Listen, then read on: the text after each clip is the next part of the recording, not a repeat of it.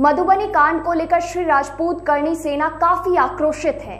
जदयू विधान पार्षद सह करनी सेना के संरक्षक रणविजय कुमार सिंह के सरकारी आवास से सभी मधुबनी के लिए रवाना हो गए हैं।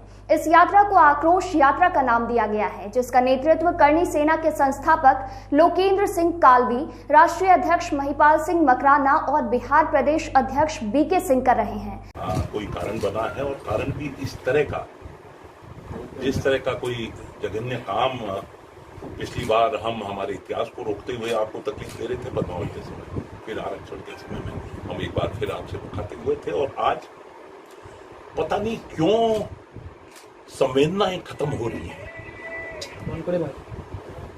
क्या नरसंहार की कोई लिमिट है, कोई संख्या है कि भाई 10 मर जाए तो नरसंहार और 5 अगर मर जाए?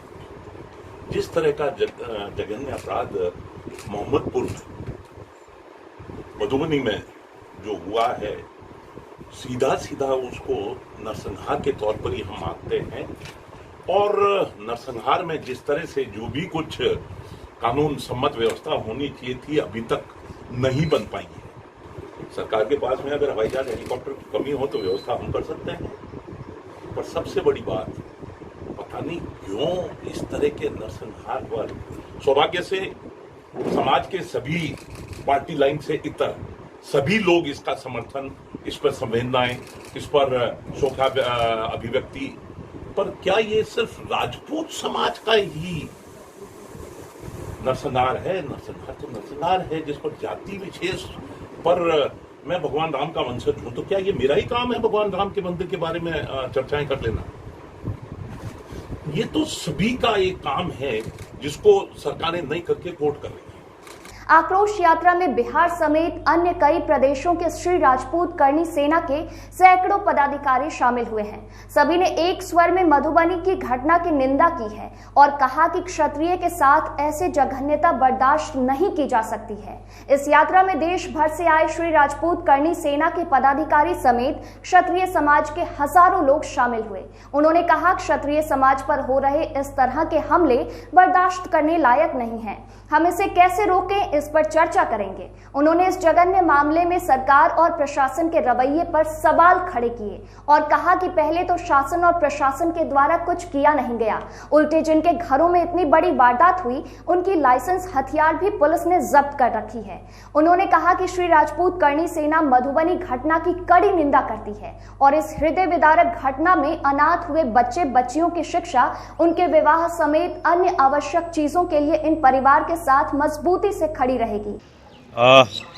महमदपुर बेनीपट्टी में जो नरसंहार हुआ है, पूरा देश देख रहा है कि वहाँ पे इतना बड़ा नरसंहार हो गया, एक पीढ़ी को खत्म कर दिया गया, एक फौजी के परिवार को फौजी समेत मार दिया गया, बंदूकों से गोलियों से छलनी करने के बाद बकायदा कटार से उनके पेट काट दिए गए। इतना बड़ा निर्दयी कांड तो पाकिस्तान के बॉर्डर पे पाकिस्तानी भी नहीं करते हमारे फौजियों के साथ, जो हमारे देश में हमारे यहाँ पे उसके घरों में हो रहा है और कोई बोलने को तैयार नहीं है। यहाँ के महामूर्ख नेता और इतने गड़बड़ झाला नेता जो यहाँ बैठे हैं और उनको एक बहुत छोटा सा कांड लगता है, उन सबको ये उनके आंख कान सब खोलने आए हैं कि हम लोग हमारे फौजियों के साथ अगर गलत होगा तो क्षत्रिय समाज क्या करेगा, करनी सेना क्या करेगी।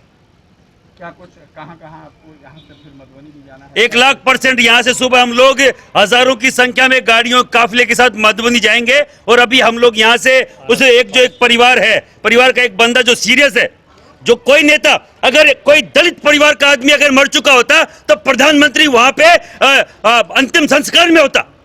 यहाँ का हर एक नेता अंतिम संस्कार में होता।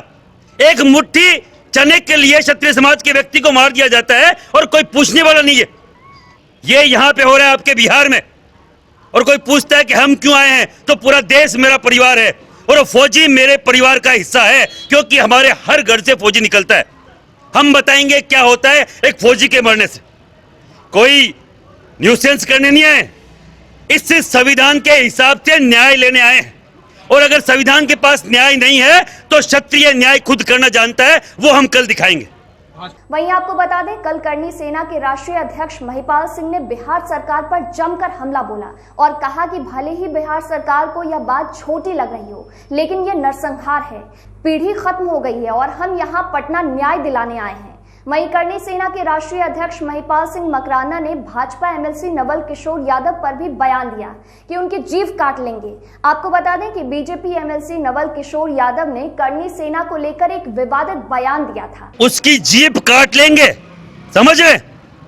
एमएलसी है, चुन के नहीं है, उसकी औकात नहीं है जनता के बीच में जाके और चुन के आने की।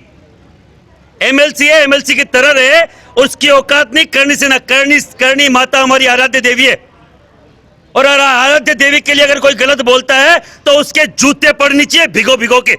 धन्यवाद। वीडियो में इतना ही। ये वीडियो अगर आप फेसबुक पर देख रहे हैं तो हमारे फेसबुक पेज इनसाइडर लाइव को लाइक और फॉलो कर लें और अगर यूट्यूब पर देख रहे हैं तो हमारे चैनल को सब्सक्राइब कर लें।